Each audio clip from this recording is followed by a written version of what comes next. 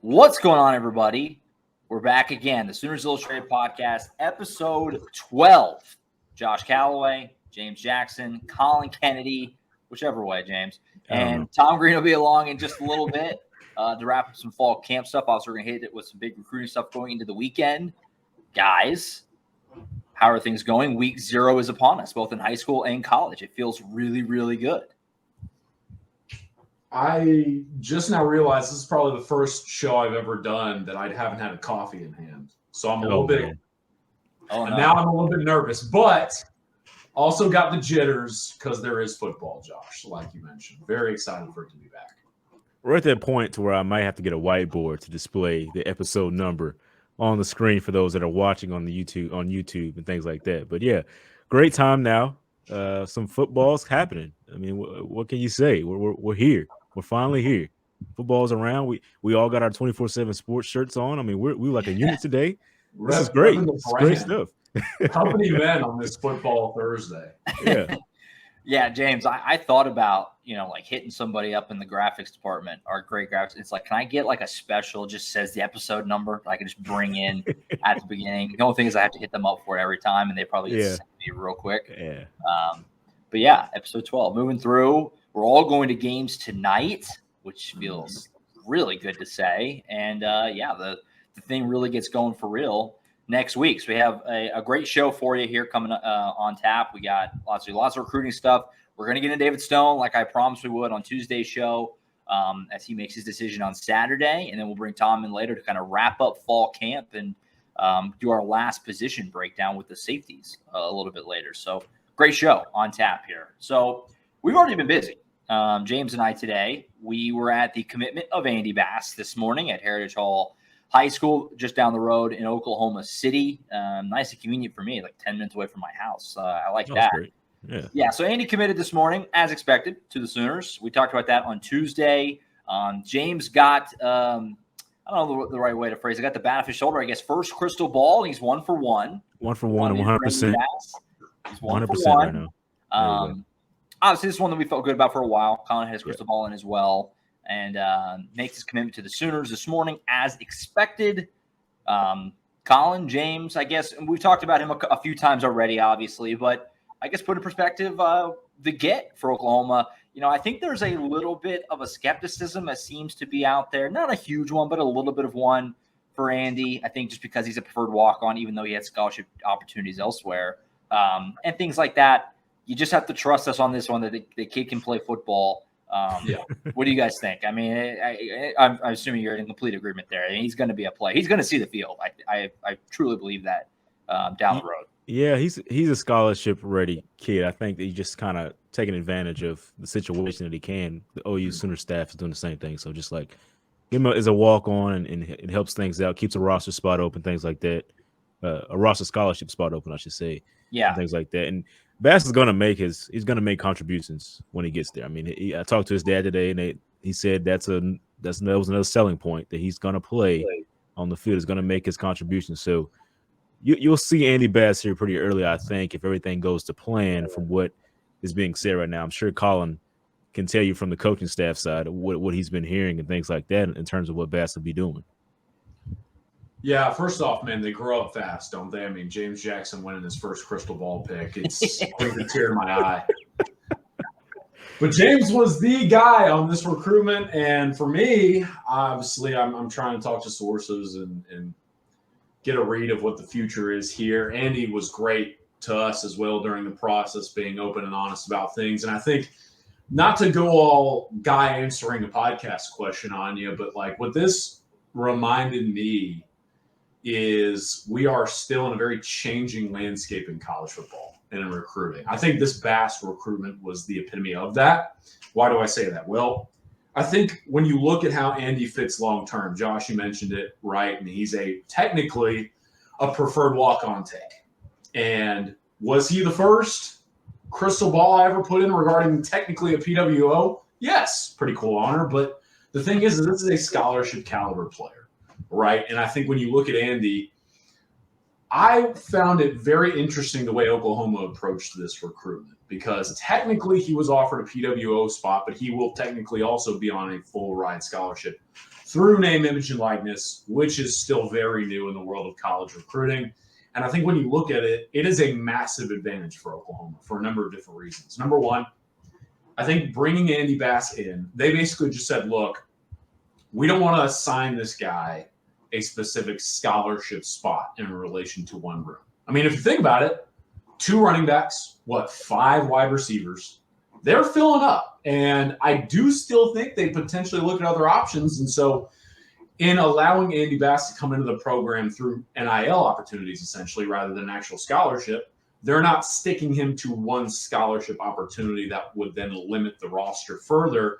And then number 2, through this approach that Oklahoma took, they don't have to assign him to anything. They can literally in person figure out how he fits best on the field. And as we know, this is a multifaceted player, can play running back, wide receiver. We've heard wildcat quarterback in the future at Oklahoma, special teams contributor. I mean, hell, at this point, like if he lines out there on defense, are we going to be so surprised? I just think it's clever from Oklahoma's perspective that they were just like, we don't need to assign this guy to one specific room right now through scholarship or actual assignment via that scholarship. We can just bring this guy in and say, you're a good football player. Let's figure it out later. And you're not blocking any other good football players, and you will have the opportunity to play. Look, we've seen the path to playing time play out before, right? Former walk-ons who push their way onto the field, whether it be Stoops or Freeman or so on and so forth. And the thing is Andy Bass is already in a better position than both of them were coming out of high school. He's technically going to be a scholarship take guy, but he's coming through as a PWO on NIL. And so overall, I think this is a really solid fit. I love the fact that they went after this guy because he's a really good football player in the state of Oklahoma, right? Got to keep those guys in the borders. And then overall, I think for Andy, this guy gets to come into the in-state program he has long wanted to play for, and will get to play literally whatever he wants to as long as the coaching staff sees fit. So I love the fit. I thought it was a really creative approach. And I think, again, it's a reminder of where we are at now in this changing landscape of college football. And I also want to point out that the type of player and guy that he is. I mean, this is a guy that's pretty much had to get it all himself. You know, nothing was handed to him in the situation. He played flag football growing up, didn't start, which if you know me, that's amazing because I play flag football. Growing up, he played flag football, didn't start playing contact until 7th grade, you know, and just hasn't had the opportunities so far in his career. Last year, playing quarterback for Heritage Hall was his first time playing varsity football. And he took him all the way to the state title and won the title and had outstanding numbers. Then goes to track and wins in track, expresses there. He still doesn't have a lot of, momentum and interest from other colleges. He doesn't get his first offer until right before the summertime. Mm-hmm. And he's racked up 18 since then. So all those offers just came over and over again. Him going to camps, him showing how good he could be. And he's excelled in that situation. This is one of the most, determined and, straightforward guys that you can have. I mean, his father's a Marine. So, I mean, he's going to be disciplined. I mean, that just comes with the territory. And, he said he had to go with the trainers before school, so like 6 a.m., going to Norman out there and working on his 100 meter, working on his, weightlifting, things like that. And this is a guy that really, he had to really work for it. And I think it's well deserved for him to get to this point. Really, really good kid. Really good kid, I think. I like James subtly flexing after he wins his first crystal ball. Got the pick in, and now I'm a national champion in flag football. It's the James show here today, but I'm loving it. So I again really like the Andy Bass. No, that's all right. Well, let's also point out his mom's brothers, I think is what I heard. Brothers or cousins. Let me go back and listen to the audio. They played, like 3 of them played professional baseball. So like bloody family. Pretty good. His dad said I did good getting the gene pool right for him. Yeah. At this point in time. He's somebody I think OU fans they're gonna love. There's an interview on what we got with him after his commitment today. It's on the YouTube channel right now. And he talked about kind of like what you're saying, James. I mean, he didn't know he was going to play college football at all as recently as like this last spring. Like he had no, the fact. Fast forward to now that he's committing to OU, you could tell he was just smiling ear to ear. He was loving it, and you could also tell talking about OU. His father went to OU. His grandpa played golf at OU. It was I think once the offer came in, it was over. It was going to be really, really hard for him not to head down to Norman and be a Sooner. So he's ecstatic. You can tell. Talking about just how excited he is to stay home and go play there at his parents' alma mater, his dad's alma mater, I should say. Yeah, he's going to be a fan favorite quickly, both from style of play and personality. And he's an Oklahoma kid, which always helps. So shout out to Andy Bass. And we'll see him play. The plan is to see him play in person for James and I next Thursday against Millwood, which has got Jade Nickens, another Sooners commit. So some more Bass content coming your way probably in about a week or so. So looking forward to that. All right. And that was a fun game last year, by the way. Millwood and Heritage Those Hall. are good teams. It became the Mud Bowl because of all the rain that hit, and Heritage Hall won that game without their coach and their starting running back. So that was pretty much the Andy Bass coming out party, I think, for that season. Yeah. No, it's crazy that he didn't play varsity until last year. He's gonna be fun to watch. I'm excited to see him. He tore up that scrimmage last week. We talked about that last week. I'm excited to see him in a real life game next week. All right, let's go ahead and get into David Stone. This is what probably a lot of people are wanting to hear about. They want to know about. We are 48 hours plus-ish away from his commitment. I don't think it's a night kick, right, Collin? So his halftime won't be until 7:30 or so, somewhere in that ballpark on Saturday night. David Stone finally makes a decision. Tom, James, and I got into this a little bit on Tuesday. Any OU fan knows David Stone. It's like the longest recruitment saga that there's been recently. Del City kid, now he's in IMG Academy. Collin, you've been all over it. Talked about that on Tuesday. You've been on this recruitment as good as anybody. The top guy. How you feel? What are the thoughts? That's a loaded question, but what are the thoughts? What are the feels going, like I said, about 2 days out now? I feel tired. A little stressed. How do I want to put this? So I think the best way to describe this is, even as of this morning, I got a call and it indicated confidence on the Oklahoma side of the equation. I was like, okay. I mean, tracks, sure. Nothing has really indicated that Oklahoma slipped. Obviously, Miami is surging, but hey, I'll take your word for it. Got a call saying, think Oklahoma's in a good spot. Okay. Hang up. Not 10 minutes later, get a call. Hey, Miami thinks they're in a really good spot. They're confident. I said, all right, I'll take your word for it. Hung up, grabbed the pillow, screamed into it, and went on to my appointment at 11 o'clock. I think the biggest thing here is Oklahoma has recruited this guy obviously for a very long time. And the relationships we all know, from the coaching staff to his close friends and Michael Patterson McDonald and Jaden Jackson, this is one that Oklahoma has tried to set up for a long time in order to be the clear-cut favorite. And what I think we have to consider is that despite all of these efforts, there is still a shroud of uncertainty going into this weekend's decision. So Miami, I think the difference there, David has connected well with Oklahoma's staff, with obviously fellow commits, and he's in frequent contact still with a lot of pledges at Oklahoma, but Miami does have a lot of the same sort of advantages. And the Canes have also done a really good job of connecting with Stone's family. I know that his mother has had in-depth conversations with Miami's staff about what life would look like if David were to stay in Florida. I know that his younger siblings love their time at Miami. It's literally in almost every single report, you will see David tell me or Steve Wiltfong or Gabby Urrutia, hey, when we go to Miami, that's my family's favorite place to be. And so the difficult battle here is that David could come home. He could play with friends. He could play for the program that's been recruiting him since he was basically in ninth grade. Or you also look at this and you say, okay, Miami's coaches are literally doing whatever it takes. I mean, any outlet possible. They're reaching out to David, his family. You think Instagram, Twitter, TikTok, whatever you can come up with in your mind right now, they are talking to David and his family. Then at Miami, because he's at IMG, he has friends there that he knows. There are former teammates.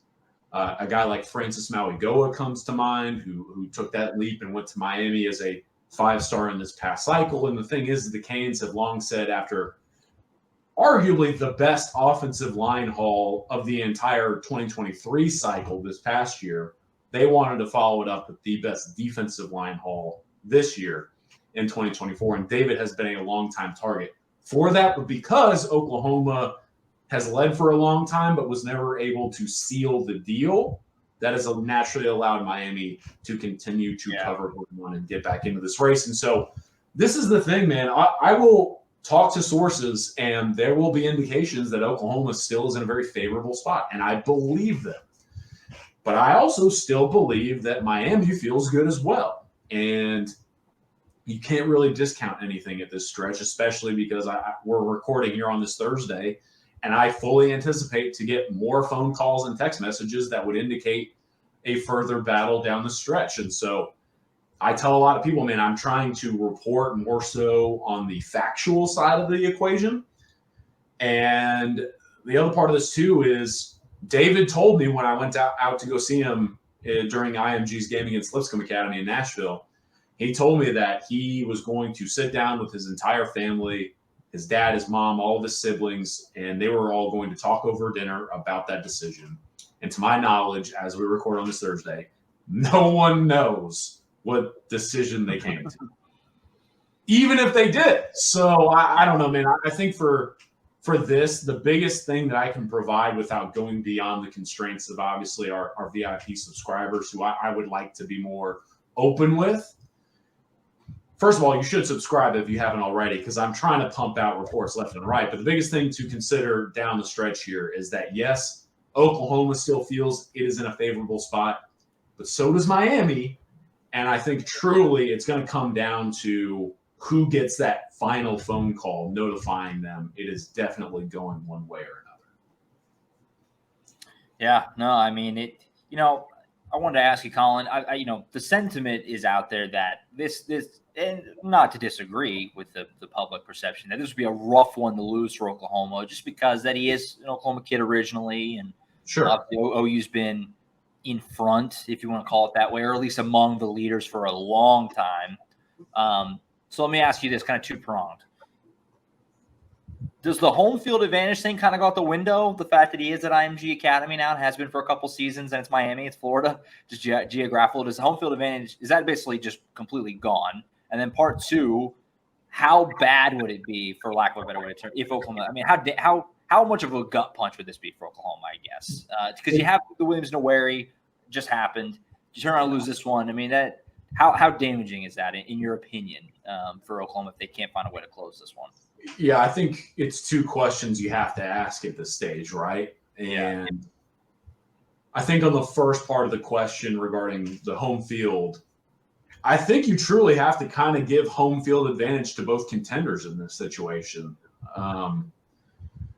Without going too much into detail, obviously Oklahoma is where he's from, right? And he was there for, 2 years of high school ball before transferring to IMG for his junior and senior seasons. And he has a number of connections still back in the state. I mean, Michael Patterson McDonald is his childhood friend.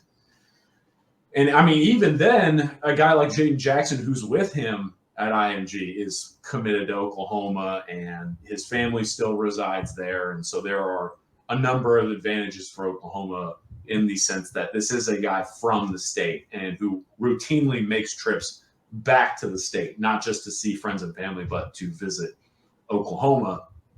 But I do think it's kind of a case where you kind of have to maybe not eliminate home field, but even the playing field out. Yeah. Because, look, I mean, he's lived in the Florida area now for essentially 2 years. And I think you look at this and you say his mom truly believes that there are advantages. And I believe her, by the way. I do think she has a point when she says there are probably advantages of David staying in Florida and continuing to grow, not just as a player, but as a man. You know, she wants David to continue to enjoy this change of scenery. I believe that people believe David has grown a lot off the field because of his very different, structured, unique way of life at IMG Academy. And the other part of this too is there are people like Ruben Dane or Jaden Wayne or Francis Mauigoa or Samson Okunlola who he knows and he trusts and he can spend time with in Coral Gables, which I know people are debating the whole Miami versus, but I mean, Coral Gables is a really nice place. I think Miami as a university is a really cool place to be. And Oklahoma has that home feel for sure. But when you look at Miami, they are bringing a lot of similar advantages to the table, which has obviously led to this being where it is today. And so on the flip side of the equation, again, I still think it's a neck and neck race. I can't declare a leader. I think if Miami were to overtake Oklahoma in a hypothetical scenario, I'm not saying that they will. If that were to happen, worst case scenario, Oklahoma loses out against Miami, I think the fans would legitimately have every right to be upset. I mean, I'm like no way around it. This would be back-to-back major losses of 2 5-star defensive linemen prior to a transition to the SEC that you had a number of different connections and advantage with. And you lost out. And look, like I could try and make it seem like everything's going to be okay. And odds are, if we're being honest, it probably will in the long term, right? Like losing out on 5 stars isn't fun, but that's what college football is for. You have to structure your roster accordingly. But man, like you lose out on David Stone, I think the fans would have every right to be a little bit bummed out. Just no way around it. Like losing out on David, I think from there you would say, okay, you try and get Nigel Smith, who's announcing on September the 8th, right? You try and get Danny Okoye, who probably won't make a decision until December, but he's going to visit Oklahoma and a couple other SEC schools, and I think Oklahoma's in a really good spot there to this point. And then from there, you would have to say, what else? I mean, if you really think about it, I mean, those are 2 really good football players, and you're still kind of left there wanting that 5-star presence in this class because I think Dominic McKinley is still trending towards Texas.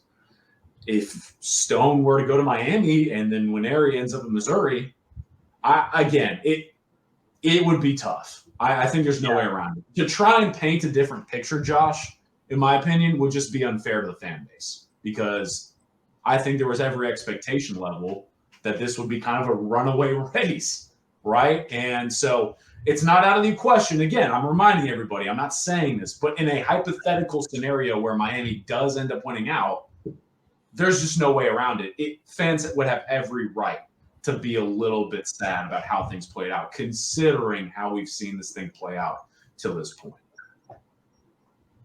And I've said my piece on the last pod. I mean, nothing more I could say. It would be a bummer if they don't get him because they've put so many resources into getting him that it would be a big letdown for the Sooners fans, I think. Yeah, I think it's part of our responsibility as reporters, right, to report both sides of the story.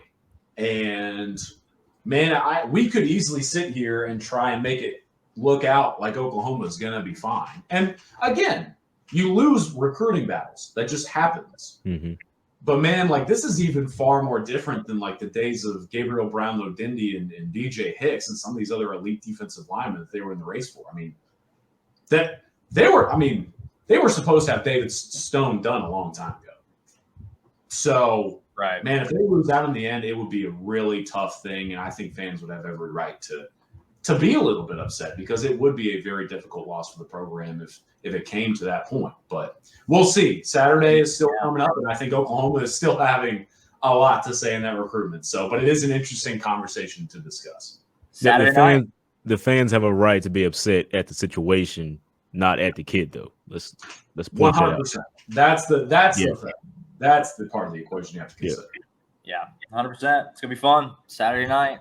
There's week 0 college football, but yeah, I think everybody in this state is going to be clicking all over to that IMG game, which is on ESPN. I think ESPN 2 maybe. I can't remember exactly, but one of the ESPN networks has it.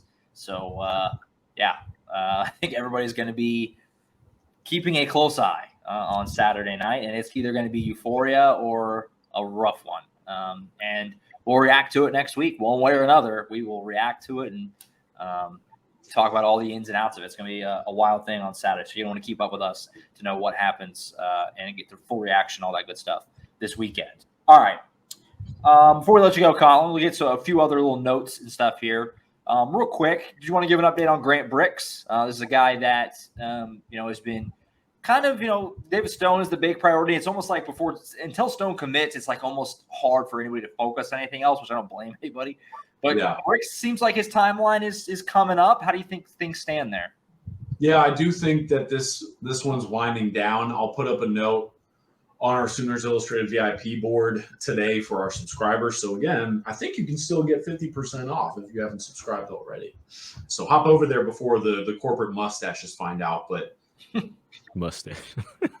I think the read here with Grant Bricks is that Oklahoma might be considered the leader, but depending on who you talk to, some people think Nebraska is still also in a very favorable spot. I think this one, it's a situation where Grant wanted this thing to be wrapped up prior to school starting and his season starting. I don't know that the timeline has tracked in the manner in which you want it to. But again, you got to keep that in mind and apply it to the current line of thinking. Well, if not now, it's probably coming up. And so I think it's fair to say Oklahoma still feels really good about its spot in this recruitment. And we've talked about this in the past, but OU is selling a lot of tangible stuff to him. He loves that strength and conditioning program, and he loves offensive tackle development under Bill Bedenbaugh, and he loves the prospect of playing in the SEC and going up against that level of competition prior to eventually entering the NFL draft. But Nebraska has a lot of personal and emotional connections to him, as does Kansas State. Right? I mean, K-State's, as far as I still know, going to have his girlfriend on campus when she enrolls. Nebraska is like an hour away from a guy he is as small town as it gets, doesn't really venture outside of state lines out there in Iowa. And Nebraska being basically like an hour and a half down the road, that's meaningful for a guy like Grant. And so on top of that, I mean, Nebraska is a place where offensive linemen typically go and have success. You get to play in the Big Ten, which is the other super conference in this equation, right? And so we'll see what Grant ends up doing. But again, I'll put some further notes on the board. And I think the bottom line here is that Oklahoma has every reason to believe it's in a favorable position. Yeah, and Bricks, too, if this is a name that, if you're a fan and you've seen the name but you haven't really looked into, he's good. Number one player in Iowa and a top, depending on where you look, composite, he's number 5 offensive tackle in the class, top 100 player. So, he's a big kid, pushing 6'6", 3 bills probably by the time he gets to college. He's somebody who's got NFL offensive tackle written all over him if things go according to plan. So, one to keep an eye on, and that could be coming up soon. So keep an eye on and make sure to follow all of us and keep up with Oklahoma 247sports.com. If you're a VIP subscriber, you get text alerts as well whenever things like that break. So you'll be up on top of everything. All right. So like we said, high school football is here. You were at that IMG Lipscomb game last week, so you got a little taste. A little flavor. But we're back into it. I mean, it's a full slate basically this week in Texas and Oklahoma. Go into what all you got coming up here before you get out of here, Collin. Obviously, I know once it gets to this time of year, if you're new to us, obviously the site is new, Sooners Illustrated, but if you didn't keep up with Collin previously or whatever, this guy gets to a lot of games during the football season. So what do you got coming up this week? I know you're getting out to see a high-profile player tonight for Oklahoma, but what else you got going on? Yeah, man, I can't wait. Anyone who knows me knows I am a Texan through and through, born and raised. And Texas high school football starting up gets the juices flowing. I think tonight is as good as it gets. If you are an Oklahoma fan, if you're a football fan, you'll want a ticket to this game tonight. Longview is taking on McKinney at McKinney ISD Stadium, and I will be there on the sidelines, maybe even hanging in the press box because it's hot out there, folks. But If you don't know, Longview happens to feature the #1 running back in America, and that guy also happens to be an Oklahoma commit, in none other than Taylor Tatum. I'm going to go see Taylor play his first game of his senior season. I'm really excited to see Taylor play. He's just a heck of a running back. He's multifaceted. He's versatile. I think he can do a lot of different things. And he's going to be tasked with going up against basically single-handedly maybe one of the most talented defenses in the entire state of Texas. I look at this McKinney defense. Yes, they have composite 5-star safety Xavier Filsame, who's committed to Florida back there. Yeah. But you got to get to that guy after going through a linebacking core that features 3 Power 5 commitments, which is insane. Riley Pettyjohn in the 2025 class is an Oklahoma target. OU really likes this guy. So if you're an OU fan, watching Pettyjohn versus Tatum is going to be a lot of fun. But he's a junior. Then there's 2 seniors along the next side of this guy. Jonathan Agamadu is one of McKinney's linebackers who committed to Oklahoma State.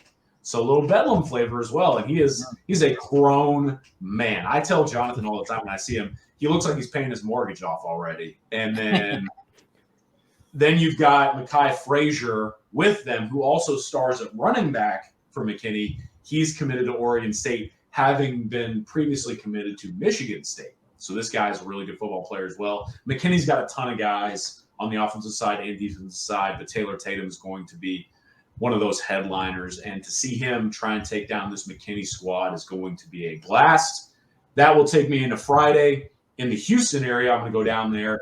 Yes, folks, I do Friday and Saturday games, but I'll get to that in a little bit. Friday's going to be Shadow Creek versus Manville at Freedom Field.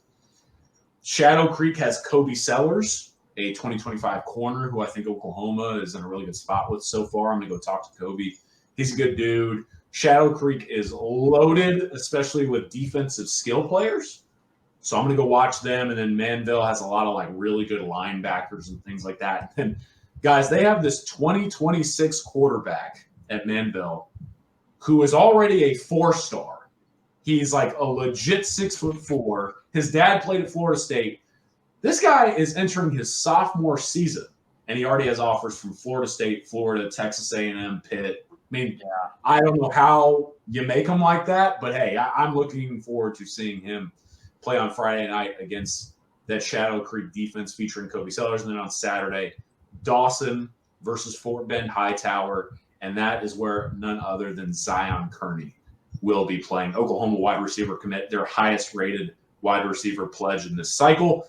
Zion is a really good player, man, and he was impressing a lot of us over the offseason. And my thing with Zion, he's not necessarily playing for a scholarship spot or anything, but I think he's someone in Oklahoma's class who could legitimately shoot up the rankings if he has a good senior season. So I'm going to go watch him play against Dawson, who has a couple of Texas Tech defensive line commits. So star-studded week. I wanted to go to South Oak Cliff versus Duncanville, but the mustaches, they strike again. You got to go see an Oklahoma target or commit. So if you've got the opportunity, go see South Oak Cliff versus Duncanville. You could see me out there in Longview. But, hey, high school football is back, gentlemen. So I'm looking forward to getting this slate. No, packed week. Loaded week. Lots of OU commits and targets there. So, keep up with Collin. Going to be all over that. And our VIP board members will get to see all the intel coming out of that. And obviously, Collin's takeaways. We get to see some of these guys. As for James and I, Oklahoma obviously gets going this week as well. We're planning to get over to Westmore tonight. Michael Patterson-McDonald, OU commit. For the Jaguars, they'll be taking on Union. They have Devin Jordan, who's an OU target. James, obviously, looking forward to this. I mean, the chance to get to see Michael in person for me for the first time, and same for Devin. And this should be a good game at 6A1 in Oklahoma. So looking forward to it. Yeah, but I'm not even sure. I need to ask him this because I heard somewhere that it's Davon Jordan as well, like the pronunciation of his name. Yeah, I've been going back and forth. His Twitter is just Devon, so I pronounce it like an Oklahoma guy would, I guess. I don't know if anyone knows. I don't even know if he knows. We'll ask him tonight. I have heard that he stopped correcting people on whatever it is. Whatever. It's one of those, just like so he's not taking offense to however you say it. But be a good game. two great defenders, I think, in the state of Oklahoma. So on each side, we'll have one guy to key in on, even if this game becomes like a blowout, because it very well could. If you go off the past resumes that these teams have put together, we'll see what happens there. But yeah, Union's bringing back a lot of guys from a undefeated team until the final game of their year, which is in the semifinal, and it took 6 overtimes to knock them out. And they bring Pride. Also, yeah, go ahead and get in there. Also, yeah. All right. They bring back a receiver, bring back Davon, and they bring back the quarterback. I mean, they bring back a lot of skilled player guys. And now Westmore is bringing in, a quarterback from Southeast, Mr. MJ Graham, and he's going to try to help out the Westmore Jaguars, who had a down year last year, and try to figure out that. But if we don't, we get to see two great defenders, get to see their individual plays. Michael Patterson McDonald obviously is a high-profile guy that we want to see in person and really get a chance to see him in live action against a different team, because we got to see him scrimmage against Westmore earlier this summer. So, I mean, this will be fun to see. The great way to kick off the high school football season, I think, going out there and getting to see these guys. And hey, we don't have to keep stats anymore, Josh. We're out there just being out there. We're just looking at the guys, and that'll be great. No more tedious work from us having to write gamers from those. Yeah, so it'll be a step up. James going to be out there in his khakis and dress shoes again, still trying to shake those old habits. He's come around. He's shed some of that. Union also, I mean, one of the, I think probably Kevin Sperry probably is the number one quarterback in the state, but Shaker Isaac for Union up there as far as best quarterbacks in the state. So it'll be fun to see him as well. And then for me on Friday night, I'm going to be getting to Newcastle and Weatherford, which of course for the Eagles, number one player in Oklahoma in 2025, CJ Nixon. Who's our number 5 edge in the 25 class. Not in Oklahoma, number 5 edge in the country. So excited to see him. I've seen him play basketball. He's a very good basketball player. Outstanding. But by all accounts, a better football player. And so I'm excited to see him on Friday night in person for the first time with the pads on. So looking forward to that as well on Friday. But yeah, football just feels it's nice. It's nice. Looking forward to getting up there tonight. Kickoffs have been moved back because of the heat. But we're still getting the games in, so which is a good thing. All right, I think that's it. I think Collin will let you go, and we'll get Tom in here to kind of do some final fall camp wrap up, because fall camp is finished. It's ending. Week 1 is next week, and then we'll also do our last position breakdown as well. CK, enjoy the games. Look forward to seeing what you have to say about Mr. Tatum tonight, especially. Hydrate, gentlemen, and if you're out there, subscribe, but also hydrate, because that's important. So. 100%. All right.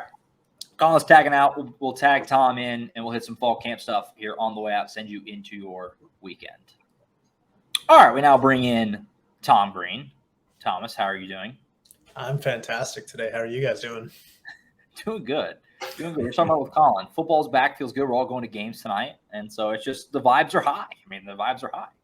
Yeah, you guys enjoy taking in some high school games. I'm going to enjoy my last free weekend for the next 3 months. You're not addicted to the Friday Night Lights game. James and I are high school football guys. Oh, I mean, I came up covering high school football. That was my first job covering preps. I loved covering games. I love the adrenaline rush of being on deadline and, keeping your own stats. I know it's a pain sometimes, but I enjoyed it. I enjoyed telling those stories, but I also enjoy having my Friday nights free. For sure. Especially James and I are both Oklahoma kids, so it's like all the town. Somebody from every town. It's Oklahoma. You're looking forward to it. So we're excited for that tonight. But let's talk about OU, the current team. We did a lot of recruiting with Collin. That was a great conversation about Stone and obviously Bass this morning and some other guys to keep an eye on coming up here in the near future. But as far as the current team goes, we're on the tail end of fall camp here. Obviously, week 1 is next week, like we've said many times, and we're excited next week to get on a normal schedule. If you missed the Tuesday show, Monday, Thursday will be the norm. The rest of the length of the season, at least that's the plan. And we'll be able to actually talk about real life games coming up, game previews, game reactions, all that good stuff. It's going to be a lot of fun starting on Monday. But as for today, we're kind of wrapping up fall camp as it comes to a close. Tuesday night, we talked to Jeff Levy as well as a medley of players.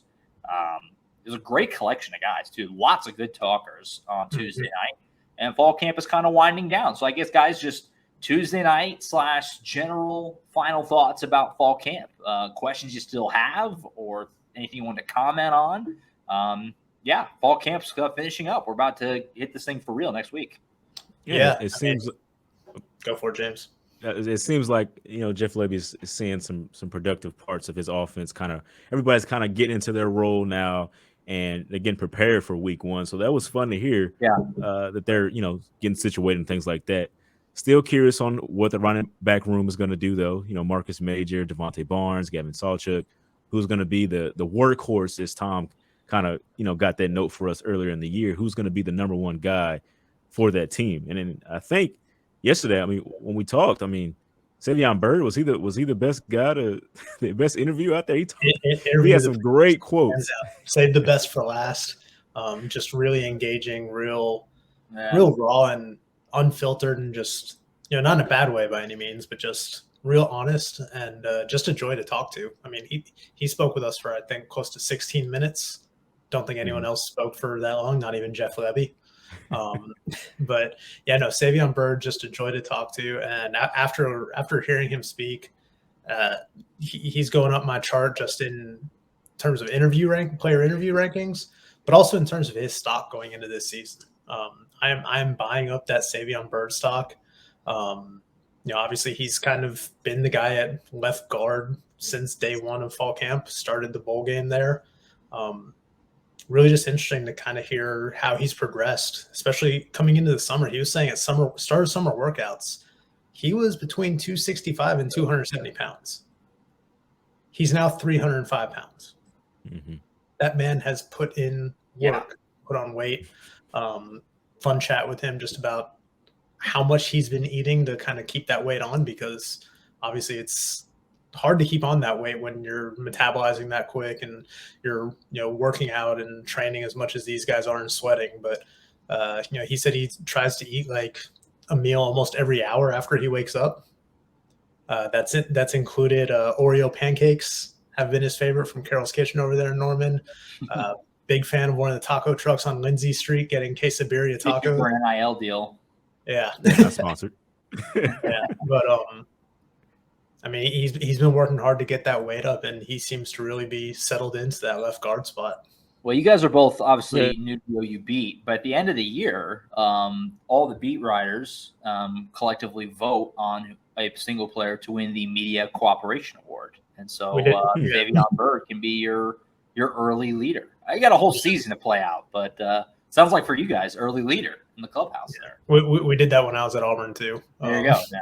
Yes, I think it's a pretty common thing throughout the country and throughout different beats and sports. Sure. But I was really impressed with Savion Byrd. Obviously, his teammates spoke really highly of him. And I'm just kind of, I don't want to say blown away, but kind of intrigued by how confident this offensive line appears to be going into the season. They think they have a chance to be better than last year's group, which included a first-round draft pick in Anton Harrison and a third-round draft pick in Wanya Morris. But you're replacing 3 starters. You're going to have 4 guys starting at spots that they didn't start at last year. Obviously, Walter Rouse coming in from Stanford, taking over at left tackle. We talked Savion Byrd at left guard, McCabe Matoyer moving over to right guard, and Tyler Guyton over at right tackle, who's, The Athletic just released their top 50 draft prospects for 2024, and there he was sitting at number 31, which makes him a potential first-round pick going into the season, that kind of talent. And then Andrew Rame coming back at center. Yeah. They think they're going to be better than that unit was last season with the talent that they had, and it just sounds like it's because they're a lot more close-knit at this point. They don't think there's a big talent drop-off. They think, some guys may even be better in some areas than they were last year. But it sounds like a real close-knit unit. Even talking to Bill Bedenbaugh before the start of fall camp, he said he hasn't seen guys this close or bought in this early on before. So I think that bodes well for that offensive line group, even though they've not played a snap together yet. Yeah, to go back to what I kind of wrote from the Jeff Lebby press conference, this offseason, it was all about getting competitive depth, getting more guys in that could be, you could substitute in and be comfortable with. And I think the coaching staff accomplished that bringing in all these transfers and, the next 2023 recruiting class to add to that as well. But after that, once you do that, situational football was the big talking point for how you can get better from what they did last year. Winning those one or two more plays in the game that, would have put you over top. And they lost like 5 games by like 1 score last year.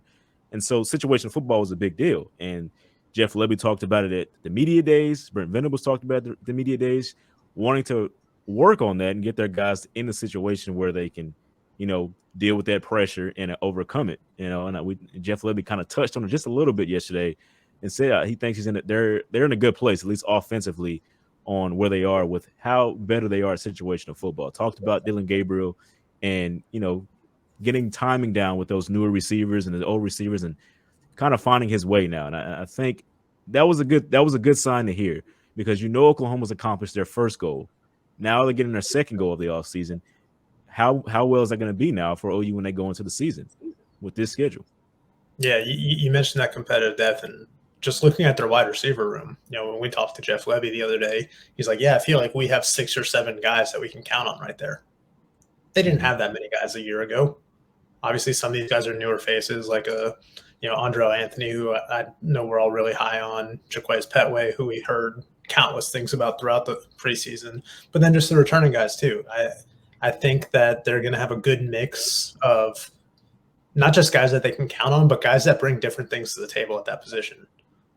So I think that's obviously really good for this offense. I still think tight end depth is a concern. I know we discussed it at length in the last podcast when we were doing our tight end preview, but even talking to Jeff Lebby, he sounded kind of hesitant there, and just in terms of how they're doing behind Austin Stogner. Mm-hmm. Yeah, for sure. For me, probably, I was certainly struck by Andrew Raym and just his confidence, not just that the offensive line is going to be good, but better than last year, which is a bold statement. You had a first-round tackle and another NFL tackle, and one of your guards is gone, and Chris Murray. And, one night after McKay Matoyer expressed some of that. But Andrew Raym, it didn't feel hollow to me. It felt genuine. Like there's a security and a confidence there.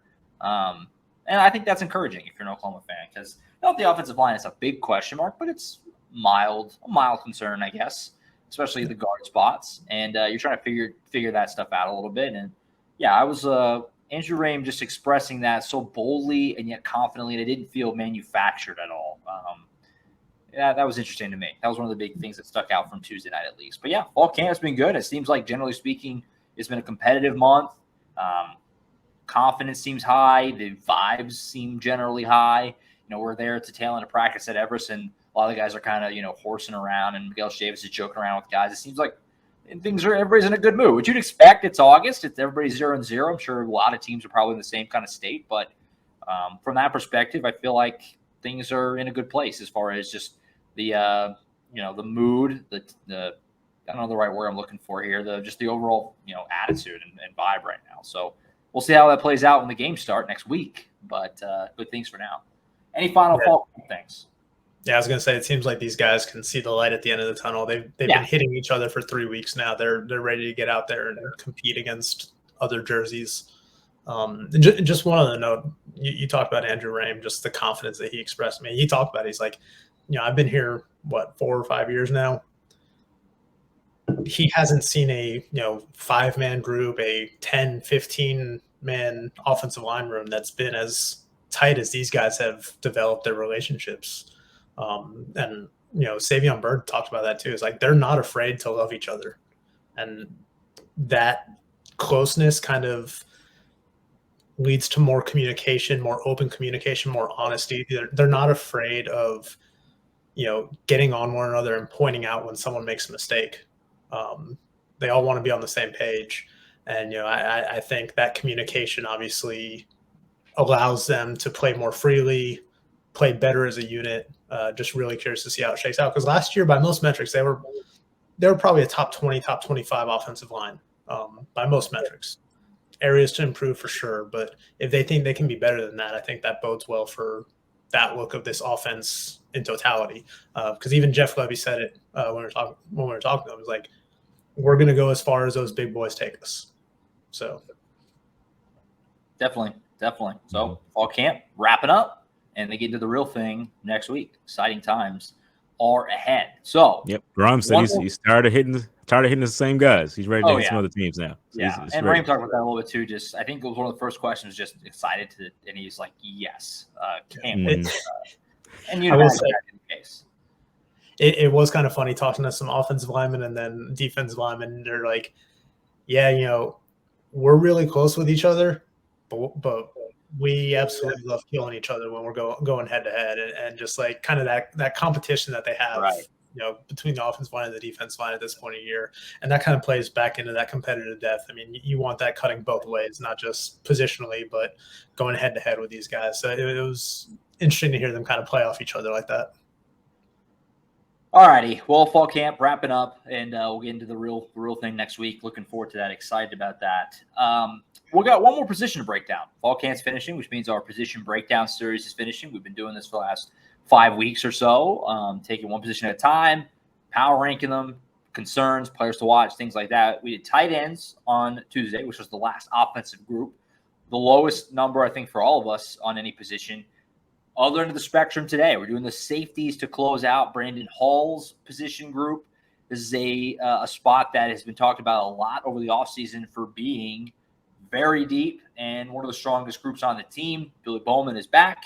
T. Lawrence is back. You add 5-star phenom Peyton Bowen, and you also add Texas Tech transfer Reggie Pearson, who, by all accounts, is a bruiser, and just we saw that in person last year in Lubbock when he flattened Dylan Gabriel. The guy can hit, and he's been a great addition to that room. And then you have other young guys waiting in the wings, like a Robert Spears Jennings, and a Jaden Rowe is even kind of hanging around back there. So it's a deep group for Brandon Hall.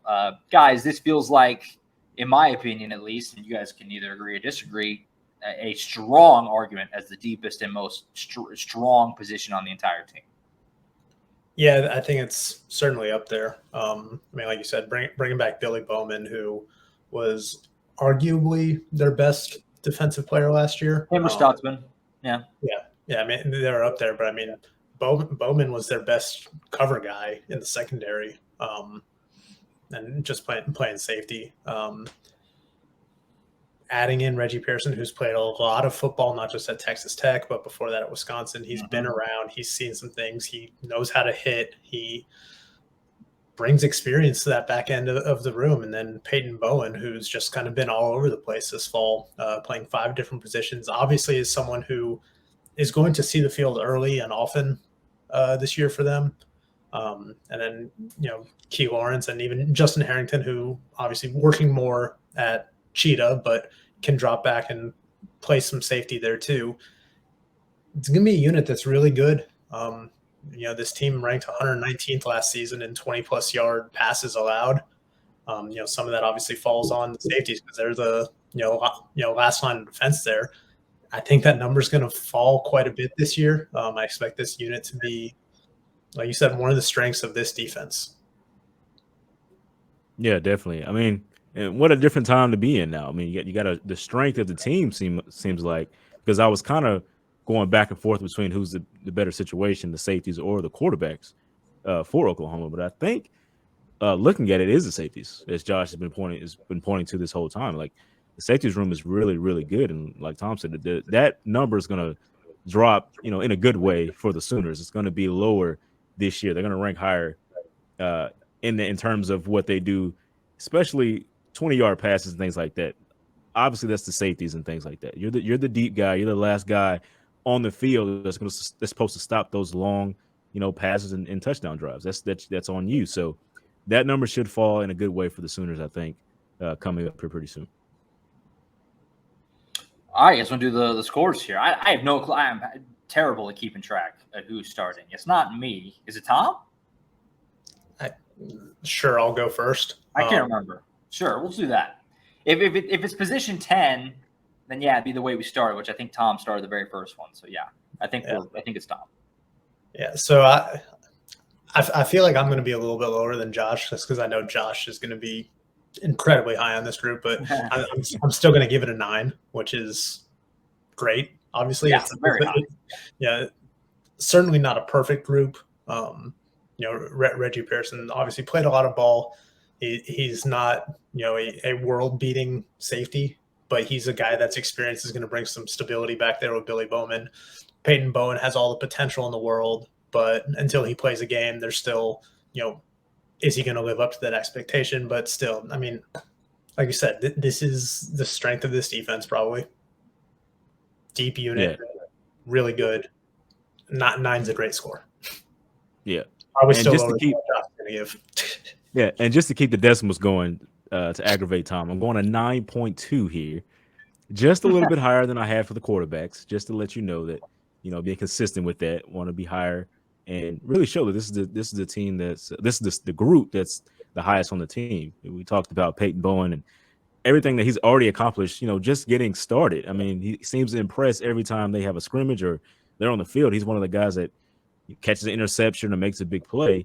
And you got Billy Bowman on top of that. I mean, a guy like that, we've talked about his skill set a bunch of times and what he's already accomplished. He had to play cornerback a little bit, defensive back a little bit, but now he can stick to playing safety. And that's just going to be a really good situation for this group now that they have that depth, can have that going for him. Adding Reggie as well, a guy that's played Division I football, and excelled at it. That's a good start for this team. So 9.2, I think, is a very good score. Yeah, I'll be totally honest. I kicked around, should this be a 10? I mean, I don't have a lot of complaints with the group at all. Considered it, but I will reserve the right to put a 10 for whenever in the future if they have a guy who's like a bona fide first rounder. You don't really have that. Billy Bowman could play. He's an NFL player in my opinion, but so I'll hold off on the 10. I thought about it, but I'll go 9.5. It's the best position on the team in my opinion. I mean, Billy Bowman is, like Tom said, was maybe the best defensive player on the team. It was either him or Stutzman. So at worst, he was number 2. Peyton Bowen has had a phenomenal camp by all accounts. 5-star guy. He's going to be too good to keep off the field as a true freshman. He's going to play, whether it's as that hybrid cheetah or just getting rotational safety snaps, whatever. Reggie Pearson, I was a huge fan of when they added him. I thought he was a perfect fit, and he had a really good camp both spring and fall. And Key Lawrence has been a solid player, but he's your number 4 guy maybe in the safety room. That's a really good number 4 guy. So if that's how it shakes out, we'll see what happens when a depth chart actually comes out next week. Yeah. And then I really like Robert Spears-Jennings as well. Year 2 for him, and some of the, it's a deep, deep room. So like I said, I kicked around a 10. I'll hold off on the 10 just because you want to really save that for when it's one that knocks your real socks off. But this is a great group. Brandon Hall has crushed it, putting together quite the ensemble here. I love the safety room, and I'm excited to watch him play next week. So, yeah, 9.5. Yeah, I will say, we're just giving out grades on a 1 to 10 scale, but if we were giving out, confidence ratings, rating these groups, true. Then, safety's quarterback is 9 and 10, some order. Yeah. I'm sure you'd have them 10 there. So the high grades are understandable and warranted for this position group. I'm disappointed we talked Josh out of the 10 though. Wanted to get that reaction. Wanted to see what his argument would have been. When I left Tuesday's show, I was thinking I'm probably going to give a 10 on Thursday, but I ended up chickening out. If Robert Spears-Jennings wasn't a little banged up this preseason, maybe that would inch you a little bit closer to the 10. It'd definitely be higher. We know he's been a little bit limited, so he. I don't know. OU fans probably remember RSJ played a little bit last year, and he absolutely smoked Jason Bean, Kansas quarterback, on that one. He kind of ran out the left side. He decimated him into the sideline. He can play. He's going to be a good player down the road. He's only a year 2 guy, but it's a deep room, really deep room. All right, I think that's it for now, at least. Almost an hour-long show with Collin earlier. Any last things? Obviously, week 1 next week, guys. This is it's been a winding road. Obviously, Sooners Illustrated launched right at the beginning of May. Tom came in June, and we kind of found our footing for a while. We got the podcast up and running, and it's people have found it more and more as we've gone along. And now it's actually go time for week 1. It's kind of surreal in a way. I'm excited. I saw a comment that called us the 3-headed monsters. I appreciate that. We're bringing it. Yeah. Tom, did you wear your 24/7 sports shirt? Because you're messing up the vibes if you did. Nah, not wearing it today. I didn't get that message. That must have been in the other group. 2 of us and Collin all had it up. I considered it. I was doing some laundry this morning, but I didn't get it out of there in time. But now the only other thing I want to add is, subscribe, rate, review the podcast. Keep giving us some feedback. We want to, curate this show for you guys, the fans, the listeners, the subscribers. So, stay locked in with us through the season. It's going to be a fun one. 100%. Yeah, Between looks Apple like it's and been Spotify, we've had only 5-star reviews, nothing else. So, oh, don't say that. Now we'll get a 4-star. I was saying continue to do that. Please keep going. All right, I'm gonna log in and give us a 1-star just to not let our egos get to us too much. Oh man. Yeah, looking forward to it. Like I said, we'll be back on Monday, and we'll dive into Week 1 and OU versus Arkansas State. We'll get some initial thoughts on that matchup and things we're watching for, storylines and things of that nature. Thursday, we'll really dive into the final thoughts about that game. And we're going to make our picks for the game. And also, since it's before Week 1, I think we'll probably give our full final. You're putting it in. Whatever you said at this point, you can cop out to. Next Thursday will be your lock it in season predictions, OU's record, bowl predictions, whatever. We'll get into all of that next week. So it's going to be a lot of fun kind of final preview thoughts. Those are the ones that count next week. Anything you said to this point, you can play with. Next week, we're going to call you on it. Whatever says goes next week. So, anything I say can and will be used against me. Yes, we will revisit at the end of the year. We will revisit, I promise. And good times. I'm excited. Week 1 next week. James and I and Collin all hitting a lot of high school football this weekend, starting tonight. So be sure to keep up with us at Oklahoma.247sports.com for all the latest intel out of that. Enjoy your Week 0 weekend in college football, and we'll be back ready to hit it hard with Week 1 next Monday. That's it. For Collin Kennedy earlier, James Jackson, Tom Green, I'm Josh Callaway. We'll catch you guys next Monday for Week 1. See you guys then.